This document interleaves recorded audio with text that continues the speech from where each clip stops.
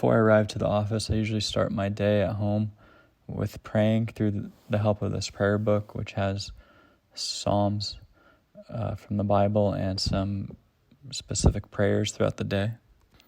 I'll also spend some time reading the Holy Bible.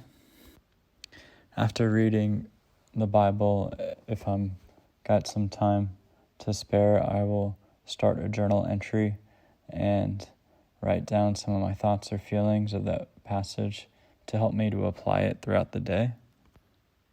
I've created a website for the office that patients or staff can go to help schedule appointments online for patients. There's also information about the services that are offered, including the medications or type of evaluations. And if you look at this example here, I also list which insurances I accept at the office, and also demonstrate how to put name, number, email, and the information that's required to schedule an appointment. Typically, patients will find out about my clinic through the insurance companies, where they'll list my information if I have a contract with them. Another way they'll hear about me is through their doctor, such as primary care.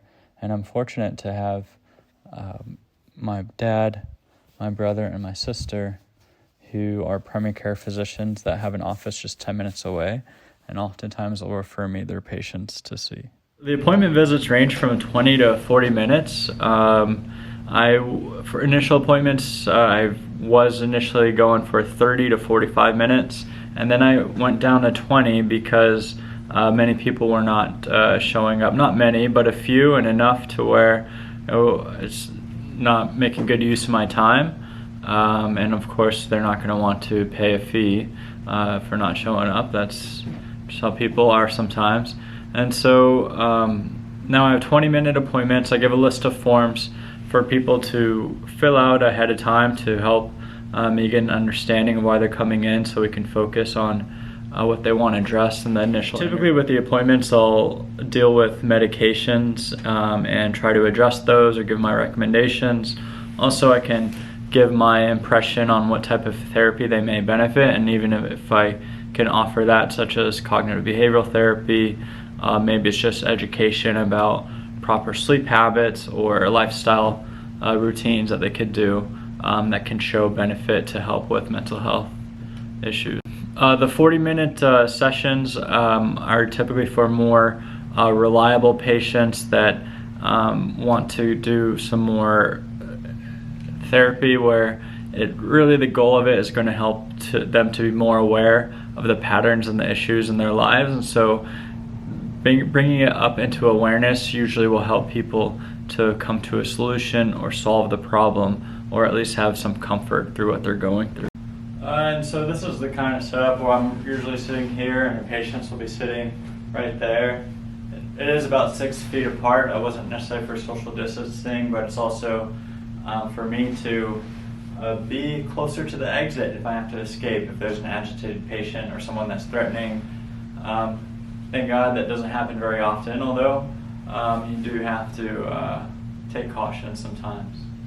You know, a lot of times as a therapist or as a counselor, I could be just a mirror or a reflection. I don't have to say too much or do too much. I can educate or point things out when I have the opportunity, although a lot of it can just be summarizing, reflecting what they're saying, and somehow that can help them to come up with these other ideas or other solutions to help with what they're going through.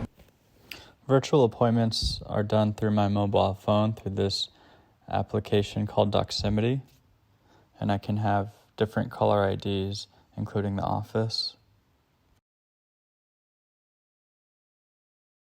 So one of the most worrisome things about having a private practice, which I don't get in the hospital setting, is after hours. Okay, if my day ends around 4 or 5, what's going to happen if a patient calls during those hours? Or if on weekends or on holidays, you know, what are my obligations to be covering at the office. So I really try to emphasize any medication adjustments or suggestions to be done in appointment times. And thankfully, thank God, there's not too much that comes up after hours, but there are a plethora of resources in the area, such as like the crisis hotline or urgent care clinic. There's an ER. So there's a lot of services that are open 24 hours where people can get those needs addressed. So private practice definitely has its perks. It can be more lucrative than a hospital setting, and it does need to be more lucrative because you have also a bit more expenses to pay. Schedule can be more flexible. Some days I'm here, my first patients are at 2 p.m. Some days they're at 8:20 a.m. If I need to take a day off, I'm usually free to do so. So it has those advantages. Also, I can hire other people, which it's sort of this day and age, it can be hard to hire someone at times. Although can hire some people and work alongside them, maybe help them to learn more about the job too, which can be added perks. Some drawbacks based on the ER consult setting is a little bit more isolated or lonely in here. There's not, at this point, it's just primarily me, and there is a nurse practitioner recently started, although there's not that much other psychiatrists or medical professionals I can talk to or talk about medical stuff if need be. It hasn't been a big issue at this point, as I do work in the hospital setting the other days, so that could be a drawback.